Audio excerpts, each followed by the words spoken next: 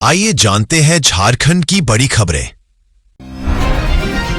हेमंत सोरेन को high court से झटका, समन के खिलाफ याचिका खारिज। झारखंड हाई कोर्ट ने मुख्यमंत्री हेमंत सोरेन को बड़ा झटका दिया है। कोर्ट ने एमपीएमएलए कोर्ट के फैसले को चुनौती देने वाली उनकी याचिका खारिज कर दी है। जस्टिस अनिल कुमार चौधरी ने कहा कि इस स्तर पर हाई कोर्ट दखल नहीं दे सकता। ईडी ने समन की अवहेलना के मामले में निचली अदालत में शिकायत दर्ज की है। ईडी का कहना है कि जमीन घोटाला मामले में भेजे गए 10 समनों में से हेमंत सोरेन केवल 2 पर ही पेश हुए। इसी आधार पर एमपीएमएलए कोर्ट ने मामले में संज्ञान लिया। निपाह वायरस को लेकर स्वास्थ्य विभाग ने अलर्ट जारी किया। झारखंड में निपाह वायरस के फैलने को लेकर स्वास्थ्य विभाग ने अलर्ट जारी किया है। इस वायरस के संक्रमण के लक्षणों और फैलने के तरीकों के बारे में जनता को जागरूक किया जा रहा है। अधिकारियों ने कहा है कि अगर किसी को बुखार, सांस लेने में समस्या या अन्य गंभीर लक्षण दिखे तो तुरंत नजदीकी स्वास्थ्य केंद्र से संपर्क करें। सावधानियों और सुरक्षित व्यवहार की जानकारी भी साझा की जा रही है।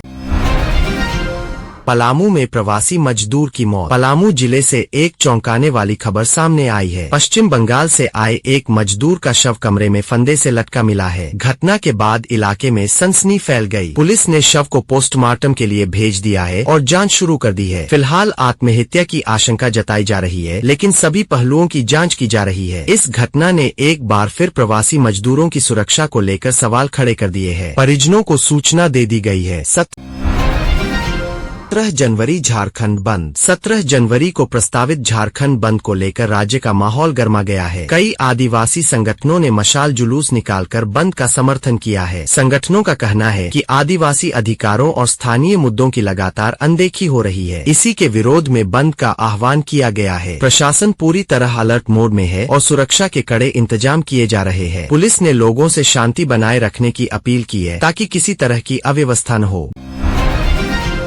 झारखंड में सर्दी का सितम। यहाँ 1 डिग्री से नीचे गिर गया तापमान। झारखंड में शीतलहर का असर अभी भी जारी है। राज्य के अधिकतर जिलों में न्यूनतम तापमान सामान्य से नीचे बना हुआ है। गुरुवार सुबह तेज सर्द हवा और कनकनी से जनजीवन प्रभावित रहा। गुमला में सबसे कम तापमान 0.8 डिग्री सेल्सियस दर्ज किया गया। रांची का तापमान 9 डिग्री रहा, जबकि कांके में 4.7 डिग्री रिकॉर्ड हुआ। मौसम विभाग के अनुसार अगले 5 दिनों में तापमान 2 से 4 डिग्री बढ़ सकता है, लेकिन कुछ जिलों में शीतलहर बनी रह सकती है। हालांकि सुबह के कुहासे से अब राहत मिल रही है।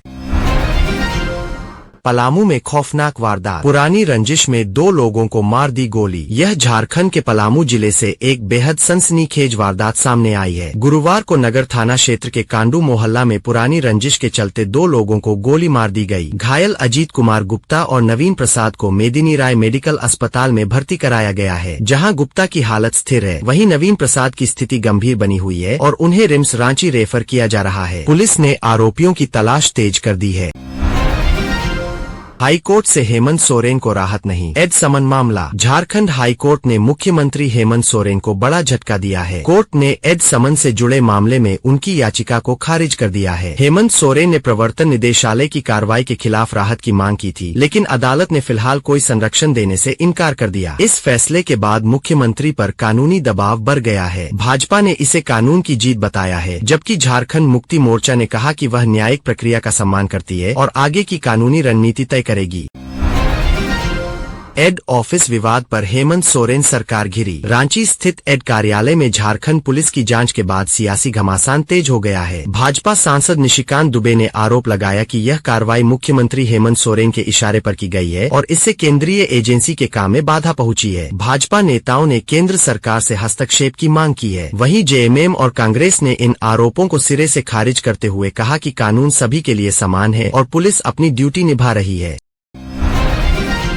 सुप्रीम कोर्ट से ममता सरकार को बड़ा झटका। एड अफसरों पर दर्ज एफआईआर पर लगाई रोक। एड बनाम ममता बनर्जी की सियासी कानूनी जंग अब सुप्रीम कोर्ट पहुंच चुकी है। आईपैक के कोलकाता दफ्तर पर छापेमारी के मामले में सुप्रीम कोर्ट ने ममता सरकार और कोलकाता पुलिस को बड़ा झटका दिया है। कोर्ट ने ईडी अधिकारियों पर दर्ज एफआईआर पर अगली सुनवाई तक रोक लगा दी है। साथ ही जाँच में बाधा के आरोपों पर ममता बनर्जी, बंगाल सरकार और डीजीपी को नोटिस जारी किया गया है। मामला अब देश की राजनीति का बड़ा टकराव बन गया है।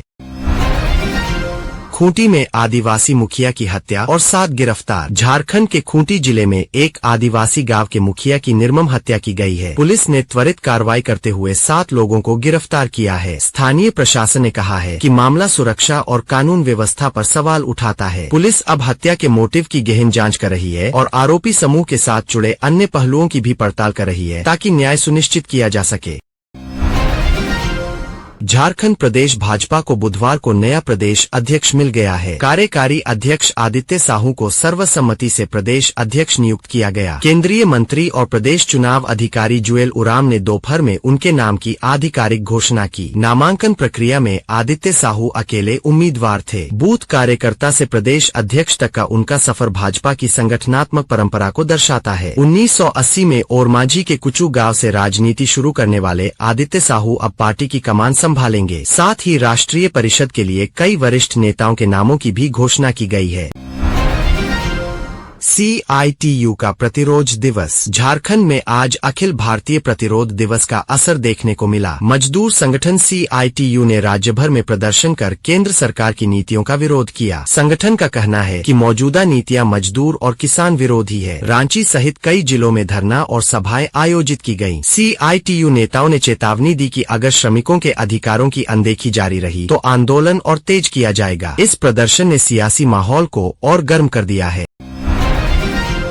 ED केस में झटके के बाद TMC को सुप्रीम कोर्ट से राहत। मुकुल रॉय की विधायकी रद्द करने पर हाई कोर्ट के फैसले पर रोक। सुप्रीम कोर्ट ने शुक्रवार 16 जनवरी को कलकत्ता हाई कोर्ट के एक फैसले पर रोक लगा दी है। इस फैसले में तृणमूल कांग्रेस के वरिष्ठ नेता मुकुल रॉय को विधायक पद से अयोग्य ठहराया गया था। मुकुल रॉय पहले बीजेपी में थे और बाद में तृणमूल कांग्रेस में शामिल हो गए थे। हाई कोर्ट ने दलबदल कानून के तहत उन्हें अयोग्य माना था। अब सुप्रीम कोर्ट ने उस आदेश को फिलहाल रोक दिया है, जिससे मुकुल रॉय और तृणमूल कांग्रेस को बड़ी राहत मिली है।